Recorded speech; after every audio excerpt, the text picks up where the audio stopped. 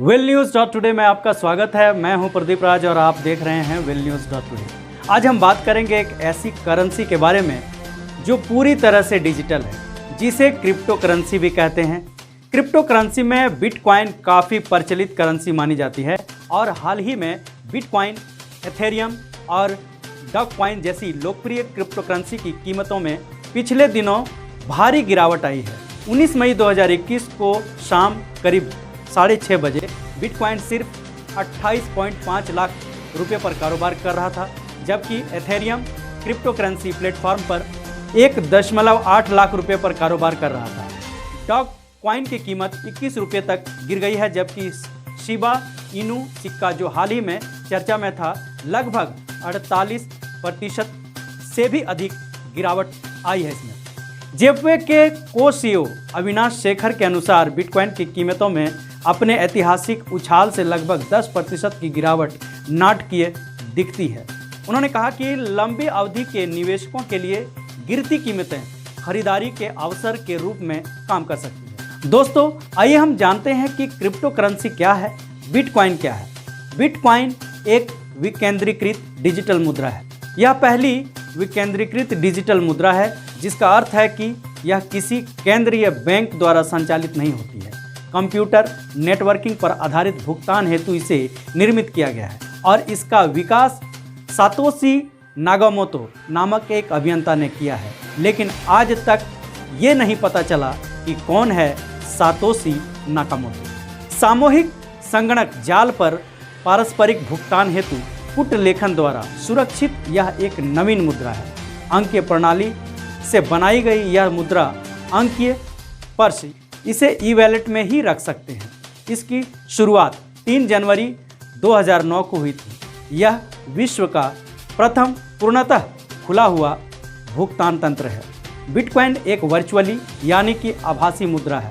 आभासी का मतलब होता है कि अन्य मुद्रा की तरह इसका कोई भौतिक स्वरूप नहीं है। इसे पूर्णतः डिजिटल मुद्रा कहा गया है। इसे हम छूकर नहीं देख सकते। भारतीय मुद्रा को फिजिकल मुद्रा कहते हैं, जिसे हम छूकर देख सकते हैं। इस तरह से एक प्रचलित डिजिटल मुद्रा में बिटकॉइन का नाम आता है। वर्तमान में दुनिया में बिटकॉइन बहुत लोकप्रिय हो रहा है। इसका आविष्कार सातोशी नाकामोतो नामक एक अभियंता ने 2008 में किया था और 2009 में ओपन सोर्स सॉफ्टवेयर के रूप में इसे जारी किया गया था। वर्तमान में लोग कम कीमत पर बिटकॉइन खरीदकर ऊंचे दामों पर बेचकर कारोबार कर रहे हैं। अब सवाल उठता है कि बिटकॉइन जैसे डिजिटल मुद्रा को लोग क्यों पसंद कर रहे हैं और यह प्रचलन में इतना क्यों है। तो इसका जवाब यह है कि आम डेबिट क्रेडिट कार्ड से भुगतान करने में लगभग 2 से 3% लेन देन शुल्क लगता है, लेकिन बिटकॉइन में ऐसा कुछ नहीं है। इसके लेन देन में कोई अतिरिक्त शुल्क नहीं लगता है। इस वजह से भी यह काफ़ी लोकप्रिय और प्रचलित होता जा रहा है। ऐसे सैकड़ों हजारों वेबसाइट कंपनी है जो बिटकॉइन को स्वीकार कर रही है।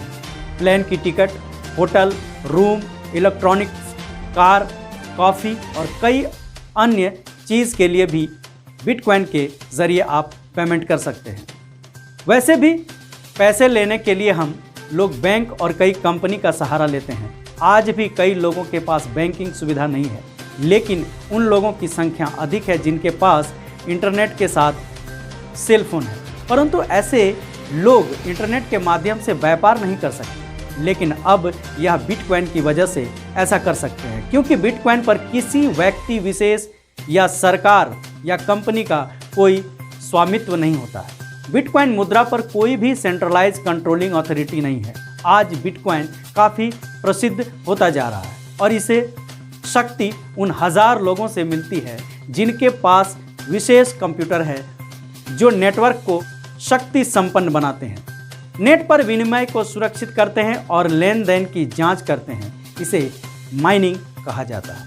आम भाषा में माइनिंग का मतलब होता है कि खुदाई के द्वारा खनिजों को निकालना, जैसे कि सोना, कोयला आदि की माइनिंग। क्योंकि बिटकॉइन का कोई भौतिक स्वरूप नहीं है, अतः इसकी माइनिंग परंपरागत तरीके से नहीं हो सकती है। इसकी माइनिंग का मतलब है बिटकॉइन का निर्माण करना, जो कि कंप्यूटर पर ही संभव है। अर्थात बिटकॉइन को बनाने के तरीके को बिटकॉइन माइनिंग कहा जाता है। बिटकॉइन माइनिंग का मतलब है कि ऐसी प्रोसेस जिसमें कंप्यूटिंग पावर का इस्तेमाल कर ट्रांजैक्शन प्रोसेस किया जाता है, नेटवर्क को सुरक्षित रखा जाता है, साथ ही नेटवर्क को सिंक्रोनाइज भी किया जाता है। यह एक बिट कंप्यूटर सेंटर की तरह है, पर यह सेंट्रलाइज सिस्टम है जिससे कि दुनिया भर में स्थित माइनर्स कंट्रोल करते हैं। माइनर वह होते हैं जो माइनिंग का कार्य करते हैं, अर्थात जो बिटकॉइन बनाते हैं। अकेला एक इंसान माइनिंग को कंट्रोल नहीं कर सकता।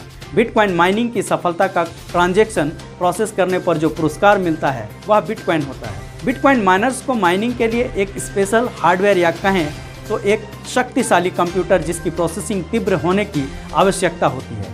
इसके अलावा बिटकॉइन माइनिंग सॉफ्टवेयर की आवश्यकता होती है। माइनर अगर ट्रांजैक्शन को कंप्लीट कर देते हैं तो उन्हें ट्रांजैक्शन फीस मिलती है। यह ट्रांजैक्शन फीस बिटकॉइन के रूप में होती है। एक नई ट्रांजैक्शन को कन्फर्म होने के लिए उन्हें ब्लॉक में शामिल करना पड़ता है। उसके साथ ही एक गणितीय प्रणाली होती है, उसे हल करना होता है जो कि बहुत ही कठिन होता है, जिसकी पुष्टि करानी होती है। प्रूफ करने के लिए आपको लाखों कैलकुलेशन प्रति सेकंड करनी पड़ेगी, उसके बाद ही ट्रांजैक्शन कन्फर्म होगा। जैसे जैसे माइनर्स हमारे इस नेटवर्क से जुड़ेंगे तो उन्हें माइनिंग करने के लिए रिक्त ब्लॉक खोजने का तरीका और भी कठिन हो जाएगा। माइनिंग का काम वही लोग करते हैं जिनके पास विशेष गणना वाले कंप्यूटर और गणना करने की उचित क्षमता होता है। ऐसा नहीं होने पर माइनर्स केवल इलेक्ट्रिसिटी ही खर्च करेगा और अपना समय बर्बाद करेगा। बिटकॉइन माइनिंग का प्रमुख उद्देश्य है बिटकॉइन नोड को सुरक्षित बनाना और नेटवर्क को छेड़छाड़ से दूर रखना। आपको बता दें कि वर्तमान में यह सभी भौतिक मुद्राओं से कहीं अधिक मूल्यवान मुद्रा बन चुकी है। बिटकॉइन के लेन देन के लिए बिटकॉइन एड्रेस का प्रयोग किया जाता है। कोई भी ब्लॉकचेन में अपना खाता बनाकर इसके जरिए बिटकॉइन का लेन देन कर सकता है। बिटकॉइन की सबसे छोटी संख्या को सातोशी कहा जाता है और एक बिटकॉइन में 10 करोड़ सातोशी होते हैं। आज की तारीख में एक बिटकॉइन की कीमत लगभग 29,40,000 के करीब है। 2010 के बाद बिटकॉइन के कीमतों में लगातार बढ़ोतरी देखी जा रही है। 2011 में $0.30, 2012 में $3.90, 2013 में $13.20, 2014 में मिनिमम कीमत $91.17, 2015 में $157.30, 2016 में $350.40, 2017 में $739.50, 2018 में $3,177, वहीं 2019 में $3,368.20 बिटकॉइन की कीमत रही है। रिजर्व बैंक ऑफ इंडिया यानी कि RBI की ओर से 25 जनवरी को पेमेंट सिस्टम को लेकर एक बुकलेट जारी की गई थी।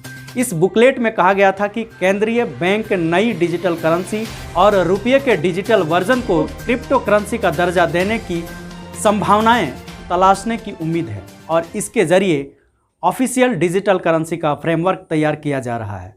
RBI ने 2018 में क्रिप्टो करेंसी पर प्रतिबंध लगा दिया था और सभी को वर्चुअल मुद्रा में लेन देन को रोकने का आदेश दिया था।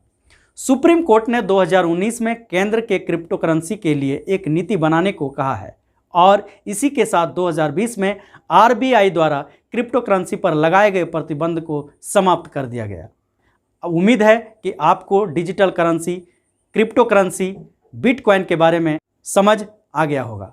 अगर यह वीडियो आपको अच्छा लगा हो तो हमारे YouTube चैनल को सब्सक्राइब करें और इस वीडियो को ज़्यादा से ज़्यादा शेयर करें। साथ ही बेल आइकन को दबा दें ताकि हर नोटिफिकेशन पहुंचे आप तक सबसे पहले। अगर इस वीडियो को आप हमारे फेसबुक पेज पर देख रहे हैं तो फॉलो करें, वीडियो को लाइक करें और अधिक से अधिक शेयर करें। अधिक जानकारी के लिए लॉगिन करें www.willnews.today को। आज के लिए बस इतना ही। अब हमें दीजिए इजाज़त। कल फिर मिलेंगे कुछ नई खबरों के साथ, कुछ नई वीडियो के साथ। धन्यवाद।